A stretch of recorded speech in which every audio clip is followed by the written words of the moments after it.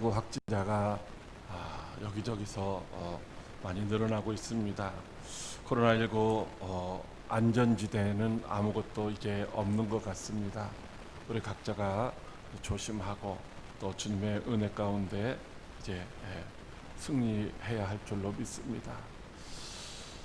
그런 상황 가운데서 여러분들이 오늘도 건강한 모습으로 주의 전에 모여서 예배드리는 모습 참으로 감사드리고 여러분들을 진심으로 환영합니다. 주님이 주시는 능력으로 모든 역경을 잘 극복하고 승리하시는 여러분들 다 되시기를 주님의 이름으로 축복합니다. 지금 우리가 살고 있는 이곳 사탄이 다스리는 세상 나라라고 말씀을 하십니다. 그런데 하나님의 나라이신 예수님이 이 땅에 하나님의 나라를 세우기 위하여 오셨는데 마치 저 러시아 사람들이 무기를 동원해서 우크라이나를 정복하려고 하는 것처럼 그렇게 하나님의 나라를 세우러 오신 것이 아니라 하나님의 나라이신 예수님은 하나님의 사랑 가운데서 하나님의 뜻이 무엇인지를 전하는, 즉 복음을 전하는 이 사역을 통해서 이제 하나님의 나라를 이 땅에 세우러 오셨던 것입니다. 그래서 세상 나라에서 속하여 고통당하다가 당할 수밖에 없는 죄인들이 그 복음을 듣고 하나님의 나라로 오신 그 예수님을 영접하면 그 안에 하나님의 나라가 세워지고 또 예수님을 믿고 영접하는 사람들이 많아지면 많아질수록 하나님의 나라는 점점점 더 확장되어가는 줄로 믿으시기 바랍니다. 그러므로 예수님께서는 마가복음 1장 38절에서 이르시되 우리가 다른 가까운 마을로 가자. 거기서도 전도하리니 내가 이를 위하여 왔노라. 이렇게 말씀하시며 잠시도 쉬지 않고 복음 전하는 일을 행하셨던 것입니다. 예수님은 예루살렘을 방문하시고 유대에서도 복음을 전하셨습니다. 그러나 예수님이 주로 복음을 전하셨던 곳은 저 갈릴리 지역입니다. 그곳은 바로 어둠의 세상, 즉 이 세상의 주관자들이 이제 자기의 세상인 줄 알고 착각하고 그 땅에 살고 있는 영혼들을 유리하며 이제 고통스럽게 하는 그런 사망의 땅이었기 때문인 것입니다. 예수님이 하나님의 나라를 바로 그곳에 세우시기 위하여 이제 다니셨다는 것이죠. 그곳이 어떤 곳이라고요? 바로 세상 나라다라고 하는 것입니다. 그리고 이 세상 나라는 어둠의 주관자인 사탄이 이제 다스리는데 누구를 통해서 다스리느냐? 바로 사람들을 통해서 다스린다라고 하는 것입니다. 그렇게 사탄의 조종을 받으며 예루살렘과 갈릴리 지역을 지배하던 예수님 당시의 나라가 바로 로마라고 하는 것이죠. 바로 그 로마가 이제 그 지역을 다스리면서 거기서 총독을 파송했는데 예수님 당시에 빌라도라고 하는 총독이 예루살렘을 포함한 유대 지역을 다스리게 되었고 저 베리아와 갈릴리 지역은 이제 헤롯이라고 하는 헤롯 안티파스라고 하는 그런 분본 왕이 다스리게 되었고 갈릴리 북동쪽은 헤롯 빌립 2세가 그렇게 통치하고 있었던 것입니다. 그들은 자신들이 그 땅의 주인인 것처럼 착각하고 이제 백성들을 고통스럽게 했습니다. 그러기에 하나님의 나라를 세우시려는 예수님을 당연히 그들이 대적하게 된 것입니다. 오늘 본문의 말씀은 이 땅의 주인이라고 착각하고 하나님의 나라를 세우시려는 예수님을 대적하는 세상의 권력자들을 예수님께서 어떻게 상대하셨는지를 보여주시는 말씀입니다. 그리고 어떤 마음으로 하나님의 나라를 세워 가셨는지를 알려주시는 말씀입니다. 그렇다면 오늘날 예수님께로부터 하나님의 나라를 계속 세워 나가야 할 귀한 사명을 부여받은 우리는 어떤 마음으로 그리고 어떻게 세상 나라 가운데 하나님의 나라를 세워 가야 할까요? 첫째로 고난을 두려워하지 말라고 하십니다. 누가복음 13장 31절 말씀 같이 합독합니다. 곧 그때에 어떤 바리새인들이 나와서 이르되 나가서 여기를 떠나소서 헤롯이 당신을 죽이고자 하나이다. 아멘. 예수님은 예루살렘과 온 유대와 갈릴리 지방에서 복음을 전하셨습니다. 그것은 바로 세상 나라 가운데 고통받는 백성들을 구원해서 하나님의 나라 백성 삼기 위하심이었던 것입니다. 그러므로 당시 세상 나라의 통치자들부터 당연히 반대와 미움과 고난을 당할 수밖에 없었습니다.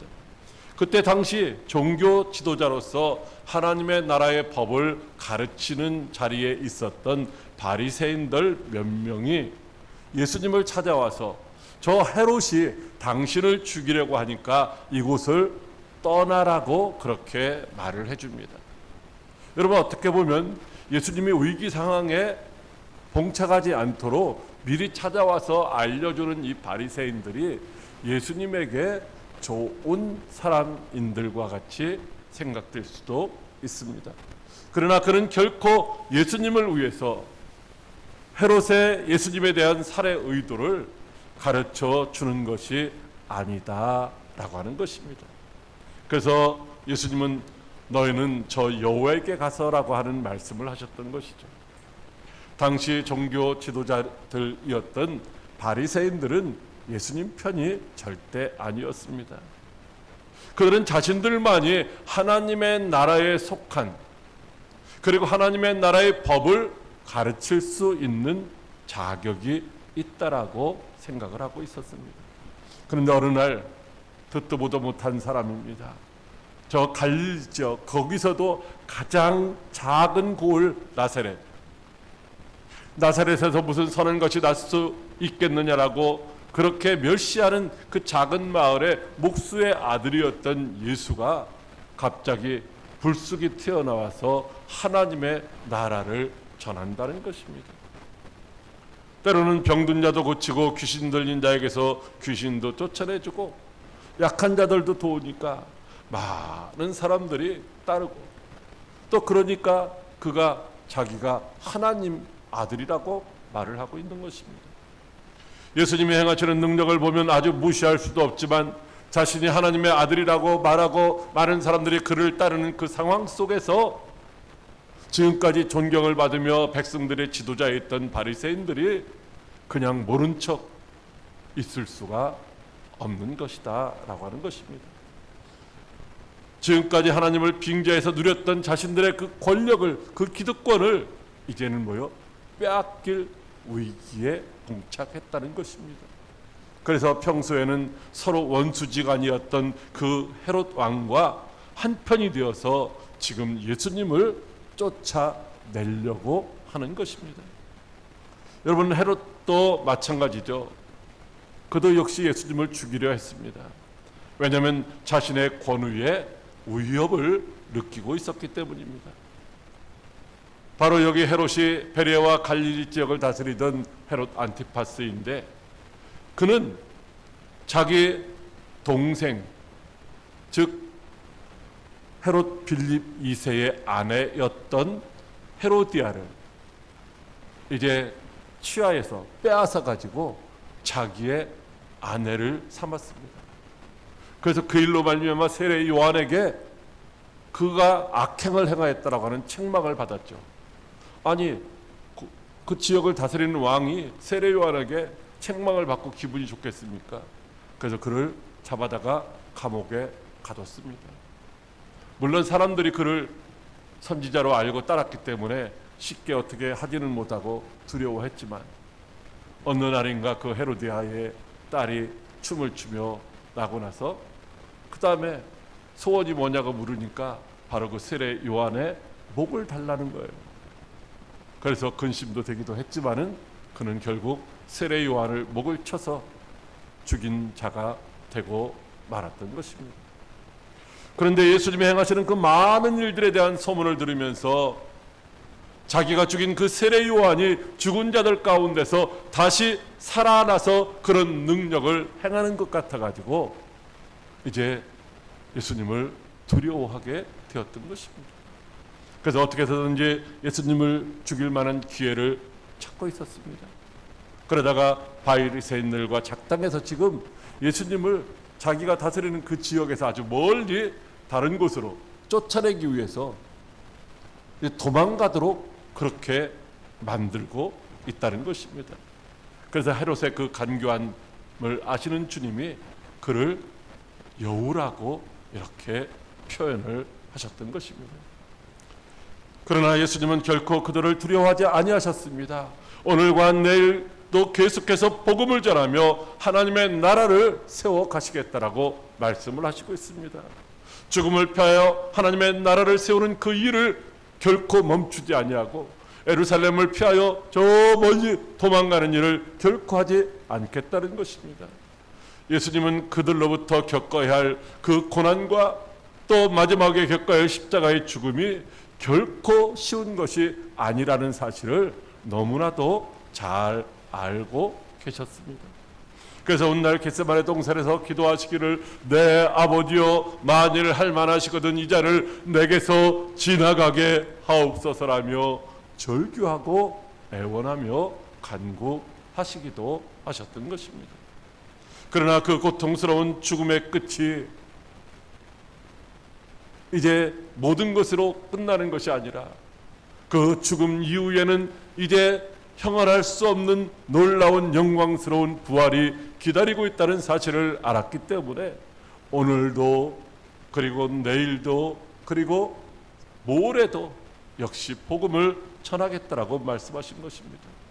그러면서 나의 원대로 마옵시고 아버지의 원대로 하시며 라고 기도하면서 그가 억지로 끌려가서 십자가에 못 박히신 것이 아니라 자원하여 하나님 아버지의 뜻에 순종하여 십자가 고난의 길을 스스로 가신 줄 믿으시기 바랍니다. 왜냐하면 그것이 이 세상에 하나님의 나라를 세우는 유일한 길이기 때문입니다. 예수님은 십자가 죽음을 통과하셨기에 영광스러운 부활에 이르게 되신 줄 믿으시기 바랍니다. 예수님은 십자가에서 실패하신 것이 아니라 십자가에서 승리하신 줄로 믿으시기 바랍니다. 바울이 이방인의 사도로 예수님의 보내심을 받고 여러 나라에 다니면서 복음을 전했습니다. 죽을 고비를 여러 번 넘기면서 그 고난의 현장에서 이제 그가 결코 포기하지 아니하고 끝까지 복음 전하기를 힘썼습니다. 그렇게 복음을 전하고 다시 예루살렘으로 돌아오려고 하는 바울에게 어느 날 성령의 감동을 받은 제자들이 예루살렘으로 돌아가지 말라고 만류하는 것입니다. 그리고 가이사랴에 도착했을 때는 아가보라고 하는 한 선지자가 유대로부터 내려와서 바울의 그 허리띠를 가져다가 자기의 몸을 잡아매고 말하기를 성령이 말씀하시되 예루살렘에서 유대인들이 이같이 이띠 임자를 결박하여 이방인의 손에 넘겨주리라고 말을 합니다. 이 말을 들은 제자들이 어떻게 했습니까? 울면서 제발 예루살렘으로 올라가지 말라고 그렇게 만류를 합니다. 그때 바울은 여러분이 어찌하여 울어서 내 마음을 상하게 하십니까? 나는 주 예수의 이름을 위하여 결박당할 뿐만 아니라 예루살렘에서 죽을 것도 각오하였노라며 이제 그 길 가기를 멈추지 아니하였던 것입니다. 바울은 고난과 죽음을 두려워하지 않고 하나님의 나라를 이루는 복음을 전하는 길을 끊임없이 갔습니다. 그가 달려갈 길을 마칠 때까지 이제 주저하지 않고 고난의 길을 이제 걸어갔던 것입니다. 왜냐하면 그는 그 고난과 죽음이 끝이 아니라 부활의 영광이 기다리고 있다는 사실을 확신했기 때문입니다. 뿐만 아니라 예수님이 보내심에 죽기까지 순종하여 땅끝까지 복음을 전한 그 이유는 영원히 죽을 수밖에 없었던 죄인 중에 괴수였던 자기 자신을 이제 하나님 아버지의 사랑과 주 예수 그리스도의 대속의 십자가 은혜를 통하여 구원하여 주신 그 은혜에 이제 합당한 삶을 살아가는 것이 그것이라고 생각했기 때문인 줄 믿으시기 바랍니다. 그러므로 사도 바울은 뮤라 굴러가는 광풍이 있는 바다 위에서도 결코 두려워하지 않고 오직 하나님께 소망을 두고 담대함을 잃지 않는 믿음으로 끝까지 승리한 줄 믿으시기 바랍니다. 사랑하는 광해교회 성도 여러분, 우리들도 하나님의 크신 사랑과 예수님의 십자가 대속의 은혜로 구원받은 자입니다. 뿐만 아니라 세상을 이기신 예수님이 지금 세상 끝날까지 우리와 함께 하시겠다고 약속해 주시고 계십니다.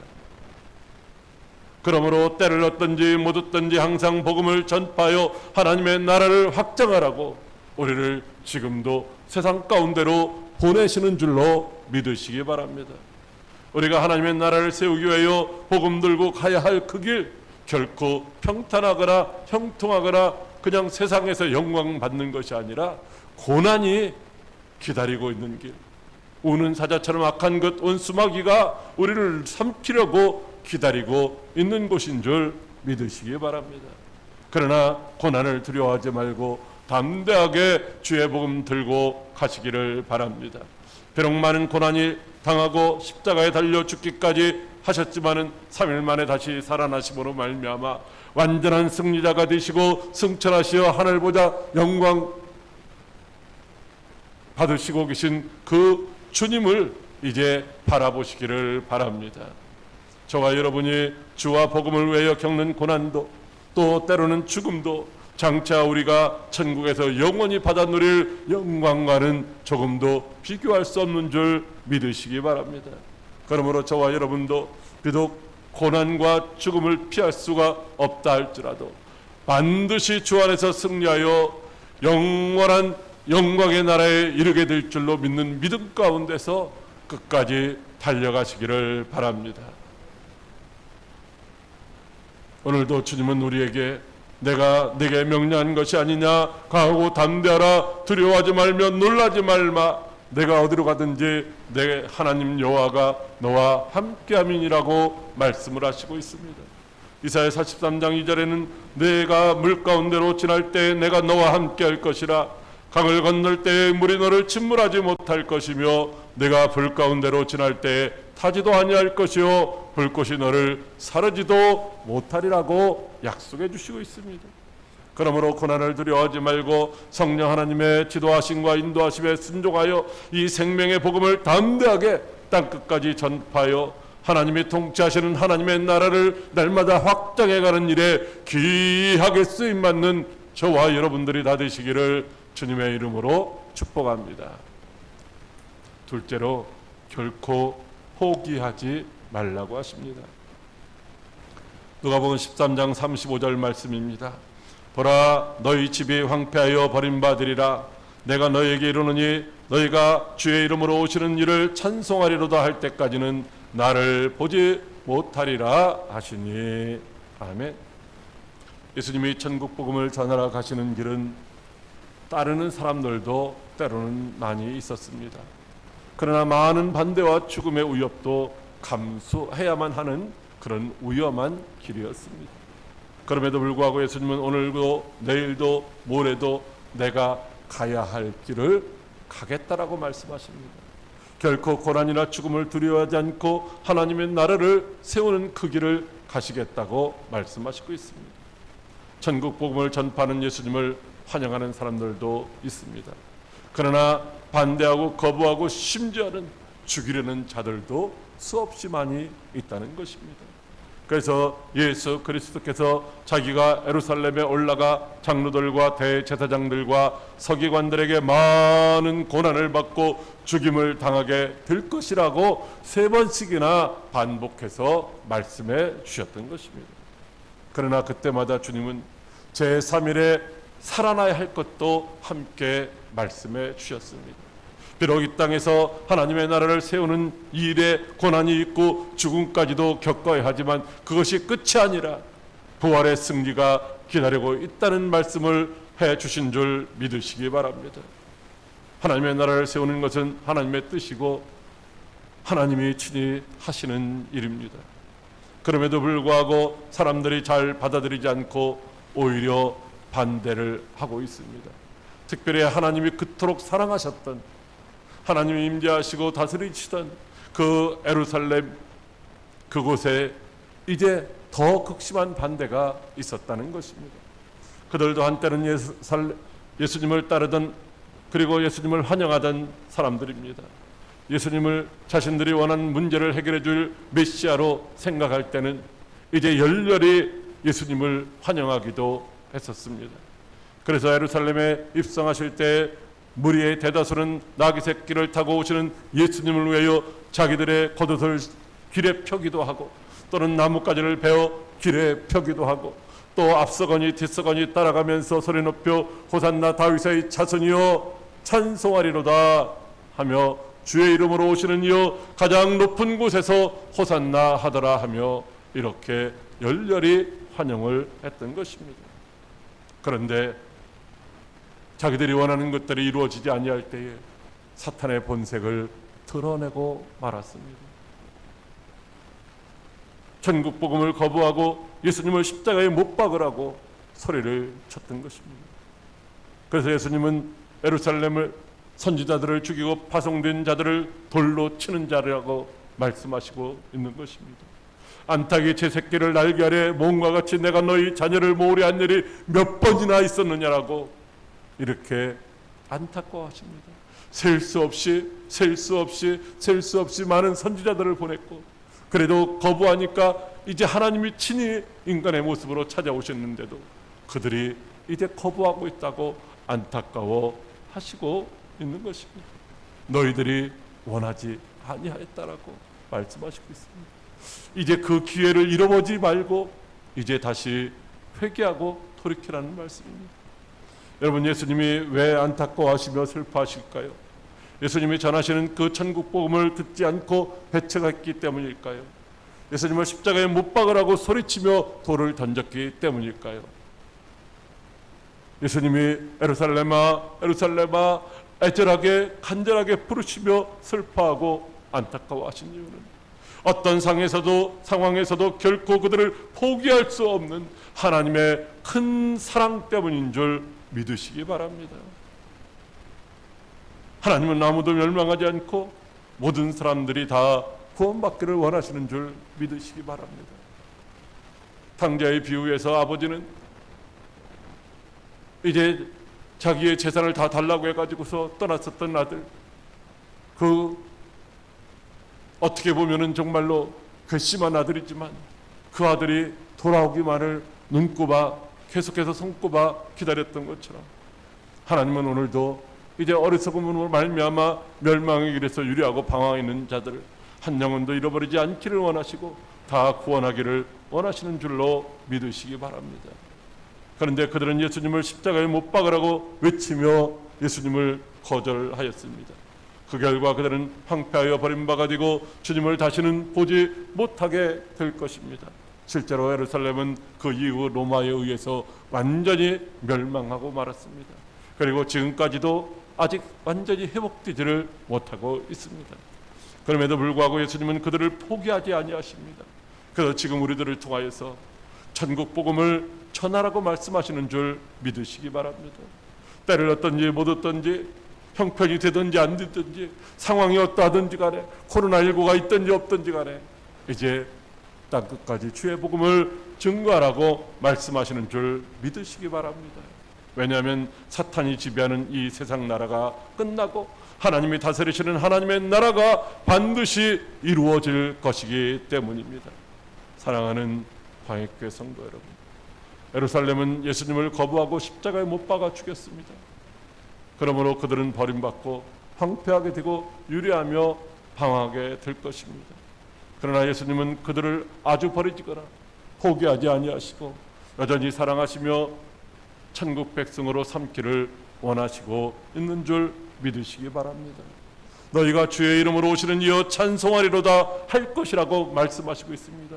아주 버림받지 아니하고 언젠가는 깨닫고 언젠가는 누군가를 통하여 구원받아 하나님의 백성이 되어 다시 오시는 주님을 맞이할 때, 이제 예수님이 평화의 왕으로 예루살렘에 입성하실 때 들으셨던 호산나 다윗의 자손이라고 하는 그 찬송을 재림주로 오시는 주님 앞에서 다시 부를 이제 천국 백성들을 기대하면서 그렇게 말씀하시고 있는 것입니다. 로마서 11장 21절에 그들이 넘어지기까지 실족하였느냐? 그럴 수 없느니라고 말씀하십니다.